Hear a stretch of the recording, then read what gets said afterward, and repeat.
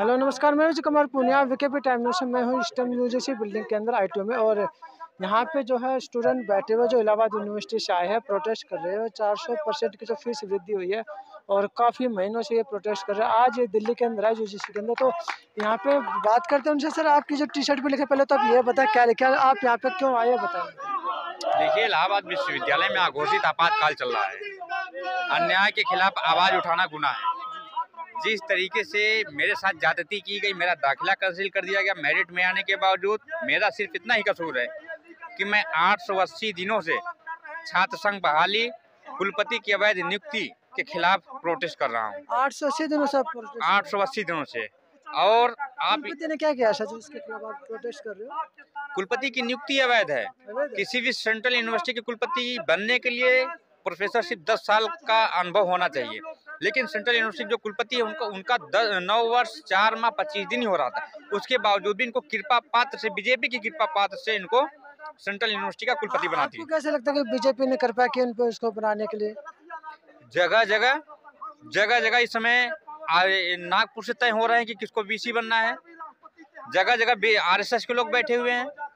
आखिर किससे कहा जाए, बीजेपी सरकार में वो जब कुलपति बने तो हम किस पर आरोप लगाएंगे, किस पर आरोप लगाएंगे। और मैं आपको बता दूं कि दाखिला मेरा कैंसिल हुआ मेरिट में आने के बावजूद। 400% शुल्क बढ़ाए गए हैं। 400% शुल्क वृद्धि को लेकर छात्र आज 45 दिनों से आमरण अनशन पर बैठे हैं। 95 दिनों से। मुझे बताइए, अगर आरएसएस नागपुर से किसी को अपॉइंट किया जाए तो इसमें आप लोगों को क्या दिक्कत है? हमको दिक्कत नहीं है, पर यह है कि अगर संविधान का जो वो दायरा है उसके अंदर रहकर कार्य करें, अगर छात्रों की समस्याओं को सुने। कुलपति किस लिए नियुक्त किया जाता है? कुलपति छात्रों की समस्याओं के लिए नियुक्त किया जाता है कि जो विश्वविद्यालय को कैसे चलाया जाए, उसके तहत कुलपति विश्वविद्यालय का गार्जियन होता है। तो अगर जो कुलपति अपॉइंट किया तो आप लोगों के साथ तो क्या गड़बड़ी कर रहा है? विश्वविद्यालय में जो कुलपति है उनके नियुक्ति को लेकर लगातार मोर्चा खोला। नियुक्ति अवैध है और इनके खिलाफ कोई आवाज नहीं उठा सकता। देश का चौथा स्तंभ कहे जाने वाला मीडिया, जो लोकल मीडिया, वो आवाज नहीं उठा सकती क्योंकि उसका पति जस्टिस है सुप्रीम कोर्ट में। इसी वजह से इलाहाबाद के जितने भी प्रशासनिक अधिकारी हैं सब नतमस्तक हैं। छात्र किसके पास जाए, मैं किससे अपने न्याय की गुहार लगाऊं? आपका भी दाखिला रोका गया, आपने बोला कि आपका एडमिशन रोक दिया था, क्यों रोका था आपका एडमिशन? तानाशाही है विश्वविद्यालय में, उनके पास तो बात होगी ना, तानाशाही कह रहे हैं कि मैं दाखिला नहीं लूंगी। आपका मेरिट कम हो या आप एलिजिबल नहीं हो। मैं जनरल क्वालिफाई किया हूँ, जनरल क्वालिफाई किया हुआ छात्र हूँ। ओबीसी की जनरल वालों को तो सुनवाई होती है। मैं जो उसका एरिया मतलब दायरा है, ओबीसी का मैं हूँ, पिछड़ा वर्ग से। अभी आप जनरल कह रहे हो, अच्छा जनरल से क्वालिफाई किया? जनरल से क्वालिफाई किया हूँ, ठीक। जनरल की मेरिट से आगे है। ओबीसी की 119 मेरिट है, जनरल की 139, मेरा 142 नंबर था। उसके बाद भी मेरा दाखिला कैंसिल किया गया। ये तानाशाही है विश्वविद्यालय में। आखिर मैं अपनी न्याय की गुहार कहाँ लगाऊं? 880 दिनों से बैठा हूँ, कोई पूछने वाला नहीं। आपका एडमिशन हुआ नहीं क्या? नहीं हुआ, वहाँ पर कुलपति मिलती नहीं। और यदि छात्र ज्ञापन के माध्यम से अवगत कराने जाता है तो कैंपस के अंदर छावनी में तब्दील कर दिया जाता है। पूरे वहाँ विश्वविद्यालय पूरे छावनी में तब्दील कर दिया। जितने छात्र ने उससे ज्यादा फोर्स तैनात रहती है। 400% की जो फीस वृद्धि हुई है, ये क्या चीज है? देखिए, जो इलाहाबाद विश्वविद्यालय में 1200 फीस थी, वो बढ़ाकर सीधा 4800 कर दिया गया है। 1200 से 4800। और जो छात्रावास के शुल्क है 15,000 थे, सीधा 45,000 कर दिया गया। बताइए, गरीब तबके का छात्र कहाँ? 15,000 से 45,000 साल की फीस है, मंथली साल की फीस है। तो गरीब तबके का छात्र कहाँ पढ़ेगा? और इलाहाबाद विश्वविद्यालय सेंट्रल यूनिवर्सिटी जो है, इलाहाबाद यूनिवर्सिटी, वहाँ पर 70% छात्र गरीब तबके से आते हैं। ऐसे लोग शिक्षा से वंचित हो जाए। ऐसे सरकार क्यों कर रही है, आपको क्या लगता है? सरकार का ये वोट तो आप लोगों ने मोदी जी को दिया ही था, हिंदू के नाम पे, मंदिर के नाम पे। देखिए, हिंदू के नाम पे, मंदिर के नाम पे हम लोगों ने कभी वोट नहीं किया। हम लोगों ने हमेशा विकास पर और इस भारत को कैसे डेवलपमेंट किया जाए, भारत को कैसे नई दिशा मिले, उसको लेकर हम लोग शिक्षा ग्रहण करने वालों को, शिक्षा को ही हम लोग वरीयता देते हैं। तो मोदी जी विकास करते रहे, जैसे नया पार्लियामेंट बनाया और अग्निपथ भी लेके आ गया, साथ में नया राजपथ बना दिया, तो विकास ही तो कर रहे हैं। और अब तो देखिए G20 का अध्यक्षता भी कर रहे हैं, तो विकास हो तो रहा। आप लोगों ने उसी को लेकर तो वोट किया था, अब आप उनके खिलाफ भी बोल रहे हो। देखिए विकास करना वो नहीं होता है कि आप मंजिल टांग दें, क्या और चीज विकास होती है? विकास का यह मतलब होता है कि यदि जो छात्र, जो गरीब तबके का छात्र, उसको शिक्षा दिया जाए, मुफ्त शिक्षा दी जाए, मुफ्त पूरे उनकी जो भी व्यवस्था है उसको लेकर, और वैकेंसी निकाली जाए जिससे छात्र अपना जीवन यापन कर सके। और यह जो महंगाई है, महंगाई इसमें कमर तोड़ चुकी है, महंगाई कम की जाए। और जिस तो तरह आप मुझे बताओ, अब आप प्रोटेस्ट में शामिल हो रहे हो, आपका एडमिशन भी ना, तो ऐसे तो आपका करियर खराब हो जाएगा। करियर खराब हो चुका है, मेरे पास खोने कुछ नहीं बचा। मैं इलाहाबाद से मैं पैदल आया हूँ, नंगे पाँव आया हूँ, नंगे पाँव में संकल्प लेकर कि कि जब तक कानून का शासन स्थापित नहीं है तब तक अजय यादव सम्राट ऐसे पैदल ही चलेंगे। ऐसे कितने स्टूडेंट ऐसे जो अब जिनका एडमिशन कैंसिल हुआ? 36 अभी तक उनका एडमिशन हुआ नहीं हुआ। तो फिर क्या करेंगे अभी ये लोग सर? अब आगे चल के हम लोग एक बड़े आंदोलन करने के बाद भी होंगे। तो सर ये क्या आपके हाथ में? ये मेमोरेंडम है, बताया सर क्या लेके इसमें? इसमें 3 मांग को लेकर है। एक तो जो 400 गुना फीस वृद्धि हुई है इलाहाबाद विश्वविद्यालय में, उसके समर्थन में आज दिल्ली में यूजीसी के सामने प्रोटेस्ट हुआ है, जिसमें जेएनयू के, डीयू के और इलाहाबाद विश्वविद्यालय के छात्र आए हैं, मिलजुल करके यहाँ प्रोटेस्ट कर रहे हैं।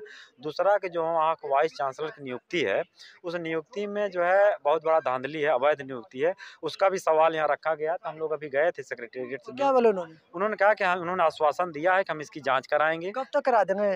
ये उन्होंने अब मेमोरेंडम आज गया है कि मैं इसको जो है नोटिफाई कराऊंगा, यहाँ से आपका मांग स्वीकार कर लिया गया है। हम यहाँ से एक जो है नोटिस भेजेंगे कि भाई ये मामले को जो संज्ञान में लिया जाए, आपका मुद्दा संज्ञान में लिया गया है।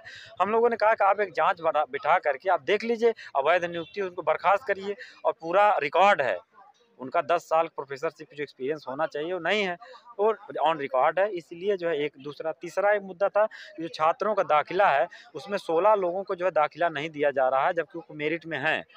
तो 16 लोगों को दाखिला न देने के पीछे क्या मंशा है, क्यों ऐसे लोगों को नहीं पढ़ने दिया जा रहा है, उनके पढ़ने का हक से वंचित किया जा रहा है। 3 मुद्दों को लेकर के यहाँ ज्ञापन दिया गया, तीनों मुद्दों पर उन्होंने संज्ञान लिया कि हम यहाँ से नोटिस भेजेंगे, और जो भी जो है उचित कार्रवाई हो सकती है हम कार्रवाई करेंगे। उम्मीद है आप लोगों की आपकी बातें मानी जाएगी। अगर नहीं मानी जाएगी तो हम दोबारा फिर यूजीसी आएंगे। अभी तो ये लोकतंत्र में यही है कि हम अपना प्रोटेस्ट जरिए एक मेमोरेंडम देते हैं, उस पर जो है संज्ञान लेते हैं, यहाँ से नोटिस जाएगी, नहीं आएगी तो हम इलाहाबाद यूनिवर्सिटी प्रोटेस्ट करेंगे, फिर यूजीसी का घेराव करेंगे, बार बार घेराव करेंगे। संविधान के अंदर जो रास्ते हैं दिए गए हैं प्रतिरोध दर्ज करने का, अन्याय के खिलाफ बोलने का, उसका वही रास्ते से हम लोग इसका। आप लोग क्या?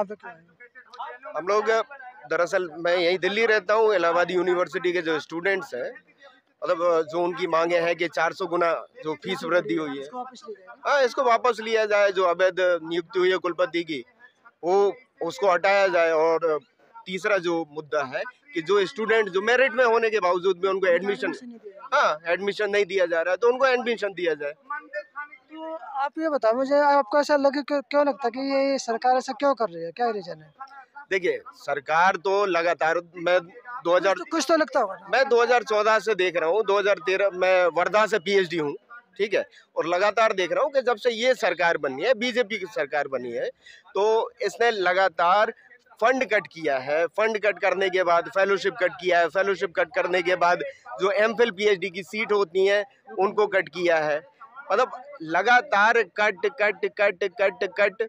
और जो फंड कट होने के बाद जो फीस वृद्धि हुई, सबसे पहले भारत में अगर किसी यूनिवर्सिटी में फीस बढ़ाई गई थी तो वो वर्धा यूनिवर्सिटी, महात्मा गांधी अंतर्राष्ट्रीय हिंदी विश्वविद्यालय वर्धा में बढ़ाई गई थी, वो भी 400 गुना थी।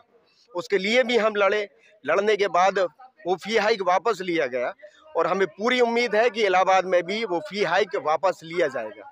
तो रीजन क्या है सरकार का चीजें करने का?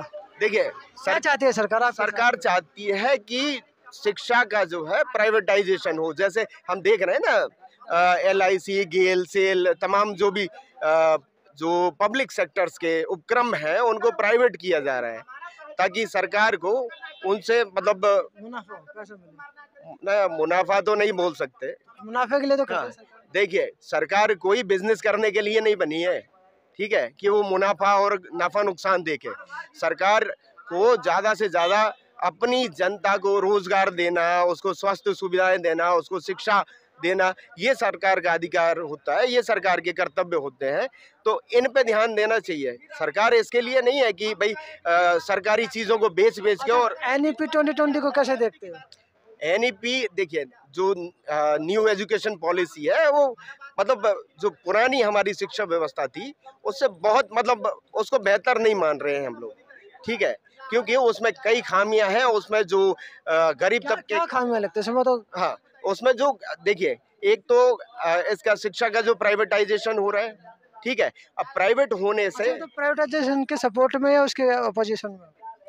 हम इसके अपोजिशन में है, क्योंकि प्राइवेट चीजें हमारी आम जनता की पहुंच से दूर हो जाएंगी ना चीजें। NEP के अंडर में ये चीजें तो आ रही है। बिल्कुल, NEP के अंडर में ये अच्छा बता रहे हो। कहाँ आ रही है, कहाँ आ रही है? हम किसको अच्छा बता रहे हैं, बताइए। जैसे आप कह रहे थे ना कि कुछ खामियां थी पहले जो एजुकेशन पॉलिसी थी उसमें कुछ खामियां थी, आपने बोला ना अभी। हाँ हाँ बिल्कुल, देखिए तो नई वाली में तो फिर कोई खामियां खत्म कर दी? नहीं नहीं नहीं नहीं नहीं, वो खामियां नहीं खत्म करी हैं। जिन खामियों की मैं बात कर रहा हूँ वो खामियां खत्म नहीं करी हैं। हमारी शिक्षा व्यवस्था को मतलब देखिए, रोजगार परक होना चाहिए, ये जरूरी चीज है ना। लेकिन अब जब आप पढ़ के बाहर निकले तो आपको रोजगार भी तो होना चाहिए। आपको रोजगार कौन दे रहा है, ठीक है। अगर पब्लिक सेक्टर नहीं बचेगा तो आप रोजगार की उम्मीद किससे करेंगे? और जो आरक्षण दिया जा रहा है SC ST OBC और अभी EWS भी है इसको कहाँ से देंगे रोजगार? फिर प्राइवेट सेक्टर में जाएंगे, प्राइवेट सेक्टर में ये आरक्षण लागू नहीं है तो एकदम वो हाथ खड़े कर देते हैं कि भाई हम तो नहीं दे सकते आपको। इसका मतलब ये संविधान को छेड़खानी हो रही है। बिल्कुल, ये संविधान के साथ छेड़खानी है। ये हमारे जो पब्लिक सेक्टर के साथ छेड़खानी है, संविधान के साथ छेड़खानी है दरअसल ये। तो ये थे यहाँ पे जो इलाहाबाद से आए थे, 400% की जो फीस वृद्धि हुई है उसके लेके ये प्रोटेस्ट हुआ था। और फीस वृद्धि के विरोध में आमरण अनशन 97 दिनों से चल रहा है। और जो कुलपति के जो अवैध थे उसके खिलाफ भी इनका प्रोटेस्ट था। तो मैं विजय कुमार पूर्णिया, VKP टाइम से। तो मुझे दीजिए इजाज़त। धन्यवाद। वीडियो को शेयर कीजिए, लोगों तक पहुँचाए।